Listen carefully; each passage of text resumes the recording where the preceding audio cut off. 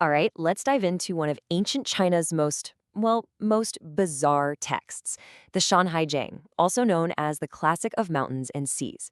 Now, you might have heard of it, but trust me, what it really is going to surprise you. I mean, you crack this thing open and it just looks like a wild fantasy novel, right? It's this crazy list of human-faced snakes, nine-tailed foxes, giants literally chasing the sun. It feels like pure mythology. End of story. But what if it wasn't fantasy at all? What if this was something way more important?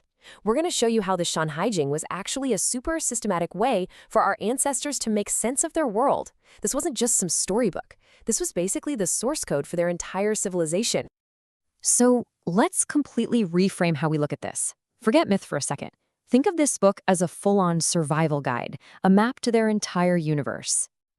Yeah, it's actually known as one of China's 3 great ancient bizarre books, and believe me, it earns that title. The thing is, all this knowledge was passed down by word of mouth for generations before anyone wrote it down. So what you get is this incredible mix of geography, folklore, and real practical advice. It's basically an encyclopedia for a world that's, well, almost impossible for us to imagine today. I get this. The way it's structured is genius.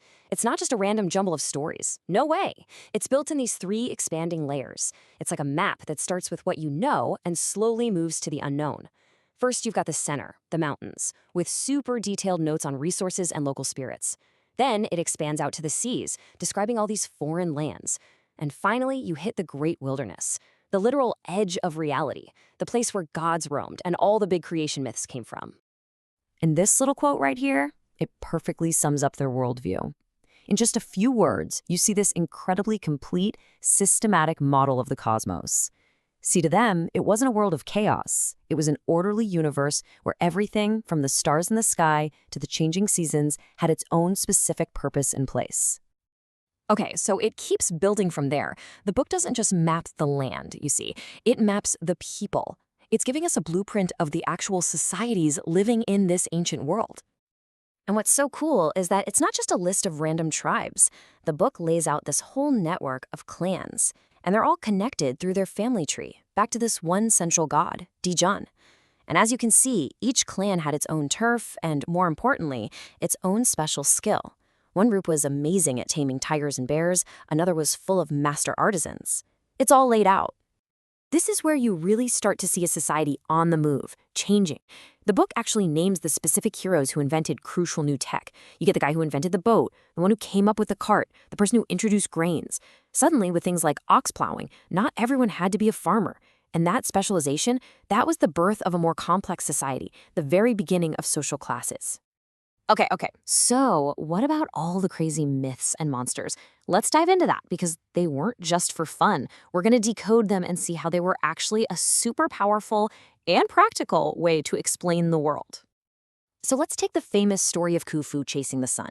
On the surface, it just sounds like a simple myth about a guy who got too arrogant, right? But what if it's more? Scholars now think it's an allegory for a real life-or-death struggle. Khufu's desperate chase might actually be the story of a tribe forced to migrate because of a terrible drought.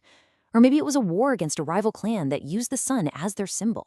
See, these weren't just bedtime stories. This was history, just coded in the language of myth.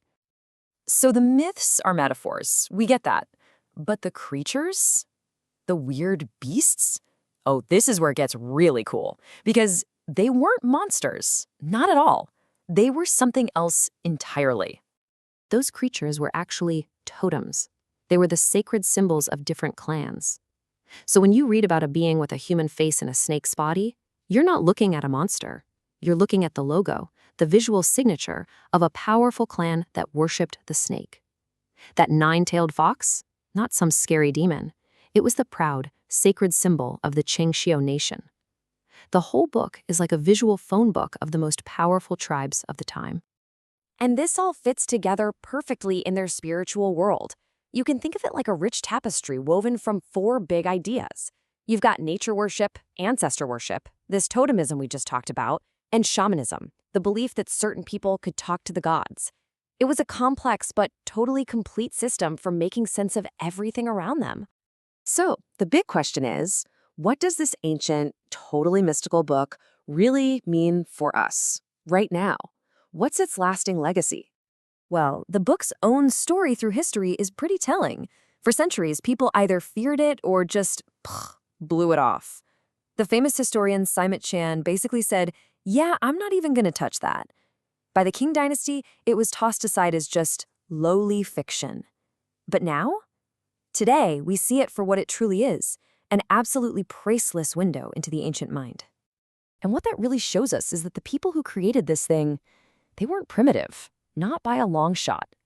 They were systematic thinkers.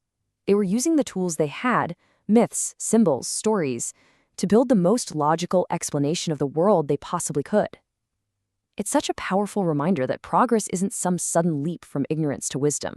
It's a slow, steady, continuous process.